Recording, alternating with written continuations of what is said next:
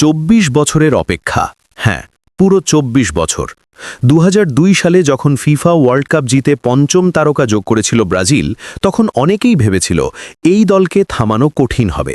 কিন্তু সময় বদলেছে, প্রজন্ম বদলেছে, আর কাতার ২০২২ পর্যন্ত অপেক্ষা শুধু দীর্ঘই হয়েছে।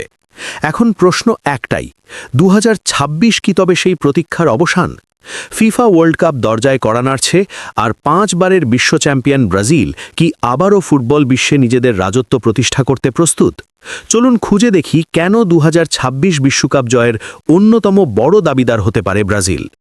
২০২৬ বিশ্বকাপ অনুষ্ঠিত হবে ইউনাইটেড স্টেটস, মেক্সিকো ও কানাডার মাটিতে।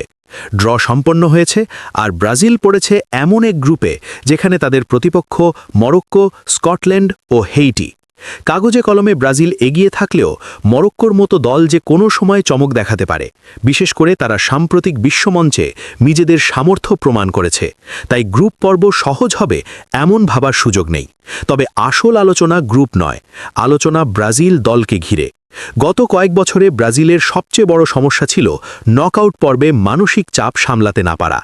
ট্যালেন্ট ছিল, গতি ছিল, দক্ষতা ছিল, কিন্তু বড় ম্যাচের মুহূর্তে সিদ্ধান্তহীনতা আর কৌশলগত ভুল তাদের পিছিয়ে দিয়েছে।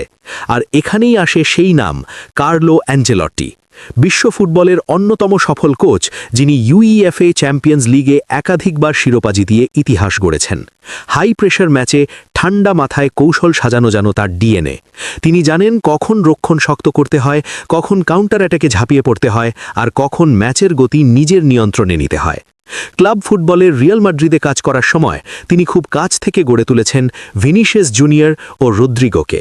তাই এই দুই তারকাকে কিভাবে ব্যবহার করতে হবে সেটা তার চেয়ে ভালো আর কে জানে। ব্রাজিলের এই গোল্ডেন ডুও এই মুহূর্তে বিশ্ব ফুটবলের অন্যতম ভয়ঙ্কর উইং জুটি।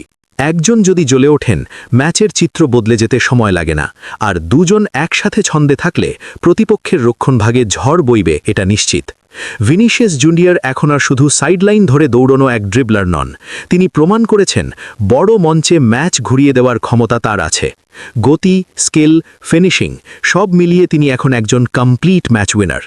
আর রদ্রিগো, তাকে অনেকেই বলেন সাইলেন্ট কিলার। চুপচাপ থাকেন, কিন্তু গুরুত্বপূর্ণ মুহূর্তে মারাত্মক আঘাত করেন। ডান উইং, সেকেন্ড স্ট্রাইকার কিংবা অ্যাটাকিং মিডফিল্ড, যে কোনো পজিশনে খেলতে পারেন তিনি। এই ভার্সেটাইলিটি ব্রাজিলকে ট্যাকটিক্যাল দিক থেকে বাড়তি সুবিধা দেবে। বিশ্বকাপ জেতার জন্য শুধু তারকা থাকলেই হয় না, দরকার অভিজ্ঞতা আর তরুণ শক্তির ভারসাম্য। আর এই জায়গাতেই বর্তমান ব্রাজিল দলটি আলাদা। তরুণ প্রতিভা তৈরিতে ব্রাজিল বরাবরই এগিয়ে। এস্তেবা উইলিয়ামদের মতো নতুন প্রজন্ম ইতোমধ্যে নিজেদের জানান দিতে শুরু করেছে। তারা ভয় পায় না, তারা চাপকে চ্যালেঞ্জ হিসেবে নেয়। ডিফেন্স লাইনেও এসেছে স্থিরতা। গ্যাব্রিয়েল ম্যাগালায়েজ, মার্কিনহুজ ও এডার মিলিটাও এই তিনজনই ইউরোপীয় ক্লাবে নিয়মিত বড় ম্যাচ খেলছেন।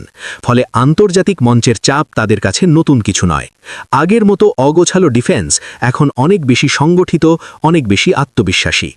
গোলরক্ষক পজিশনেও ব্রাজিলের অপশন শক্তিশালী, যা নকআউট ম্যাচে পার্থক্য গড়ে তুলতে পারে। সব মিলিয়ে ২০২৬ বিশ্বকাপের ব্রাজিল দলটিকে দেখলে একটা বিষয় পরিষ্কার, এই দলটি শুধু তারকার ওপর দাঁড়িয়ে নেই, দাঁড়িয়ে আছে পরিকল্পনা, অভিজ্ঞতা আর মানসিক দৃঢ়তার ওপর। আনচেলত্তির কৌশল, ভিনিসিয়াস রদ্রিগোর গতি, তরুণদের সাহস আর ডিফেন্সের স্থিরতা সবকিছু একসাথে কাজ করলে ২৪ বছরের অপেক্ষা শেষ হওয়াটা অসম্ভব কিছু নয়। তবে ফুটবল অনিশ্চয়তার খেলা। কাগজে কলমে ফেভারিট হলেই যে ট্রফি নিশ্চিত, এমন কোনো গ্যারান্টি নেই। কিন্তু যদি প্রশ্ন করেন ব্রাজিল কি পারবে, উত্তরটা হতে পারে হ্যাঁ, এবার তারা সত্যি প্রস্তুত। আপনার কি মনে হয়, ব্রাজিল কি ২০২৬ সালে ষষ্ঠ তারকা যোগ করতে পারবে? কমেন্টে জানিয়ে দিন আপনার মতামত। ফুটবল নিয়ে নতুন কোনো প্রশ্ন থাকলে সেটাও লিখে ফেলুন। পরবর্তী ভিডিওতে সেগুলোর উত্তর দেওয়ার চেষ্টা করব। ধন্যবাদ, সঙ্গে থাকুন ফুটবলের রোমাঞ্চে।